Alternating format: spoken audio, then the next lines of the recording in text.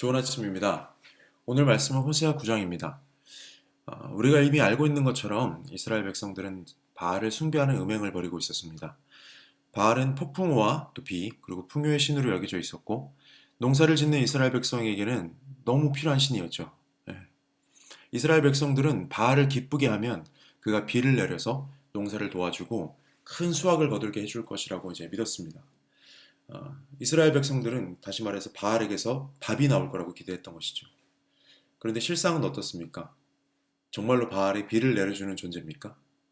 바알이 때를 따라서 적절한 비와 적절한 햇빛을 주어서 농작물들을 아주 잘 자라게 할 수 있는 그런 신입니까? 그렇지 않죠. 바알에게는 아무런 능력이 없습니다. 모든 것은 하늘과 땅을 지으시고 그 안에 모든 만물을 창조하신 하나님께서 다 하시는 일인 것이죠. 이스라엘 백성들은 하나님을 그저 산에 묶여있는 산의 신으로만 여겨서 박스 안에 가둬두고 아무런 능력이 없지만 그러나 신상의 형태로 자기들 눈에 잘 보이는 바알을 섬겼던 것입니다.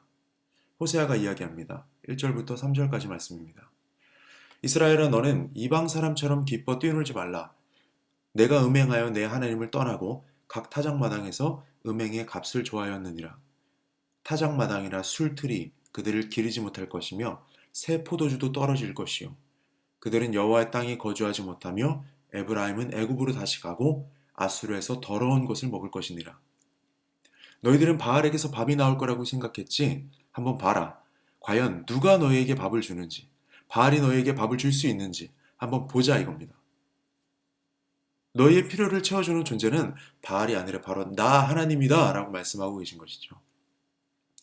여기서 더러운 것을 먹게 된다는 것은 곧 하나님께서 부정하다고 여기셨던 것들을 먹게 될 것이란 뜻이고 그것은 하나님의 백성이라는 특권과 그 거룩성을 잃어버리게 된다라는 경고입니다. 너희가 계속해서 착각 속에 빠져가지고 바알을 섬기고 바알에게서 생명이 나올 것이라고 믿고 그렇게 살아가면 너희들은 결국 나에게서 멀어지고 나에게서 떨어져서 나와 상관없이 사는 이방인들 같이 될 것이다 라는 말씀이죠. 하나님과 상관없이 사는 삶. 누군가 이렇게 얘기하는 것을 들었습니다. 지옥을 지옥되게 하는 것은 영원한 하나님의 부재다라고 얘기하는 것이죠. 천국은 하나님께서 영원히 임재하시기 때문에 천국이고요. 지옥은 하나님께서 영원히 부재하시기 때문에 하나님께서 영원히 그곳에 계시지 않기 때문에 지옥이라는 것입니다. 만약에 우리가 현재 삶을 하나님과 상관없이 하나님이 없이 살고 있다면 우리 삶은 지금이 바로 지옥이 될 것입니다. 감사한 건 하나님께서 저와 우리 능교의 성도분 한 사람 한 사람과 함께 하고 계시다는 사실입니다. 그리고 계속해서 우리는 그렇게 살아갔으면 좋겠습니다.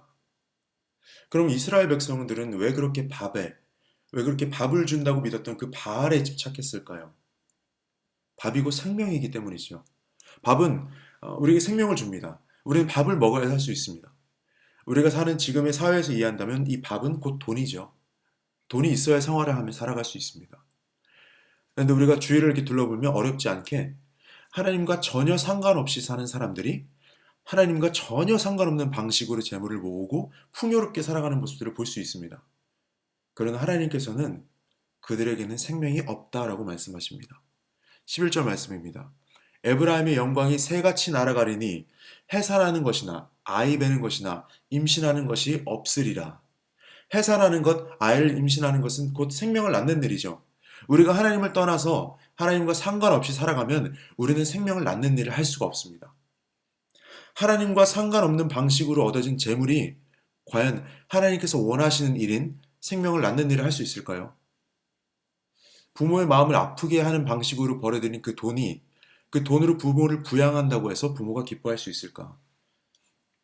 예전에 봤던 한 영화에 이런 장면이 있었습니다. 가세가 기울었어요. 그래서 그 아들이 이런저런 방식으로 알바를 하면서 돈을 벌려고 했지만 잘 안 됩니다.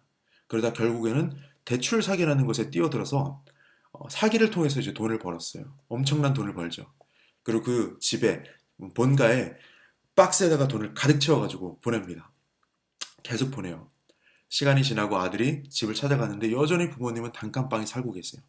그리고 방 한 켠 보니까 박스들이 가득 채워져 있습니다. 그리고 그 안에는 돈이 여전히 가득 채워져 있죠. 부모님은 그 돈을 단 한 푼도 쓰지 않았어요. 그리고서는 아들을 안타까운 마음으로, 안타까운 눈으로 바라보시면서 그러면 안 된다 이렇게 훈계하며 또 책망하는 장면들이 있었습니다. 부모의 마음을 아프게 하는 방식으로 벌어들인 돈으로 부모를 기쁘게 할 수 없는 것이죠. 예수님께서는 예수님의 양인 우리가 생명을 얻게 하고 더욱 풍성히 얻게 하려고 오셨습니다.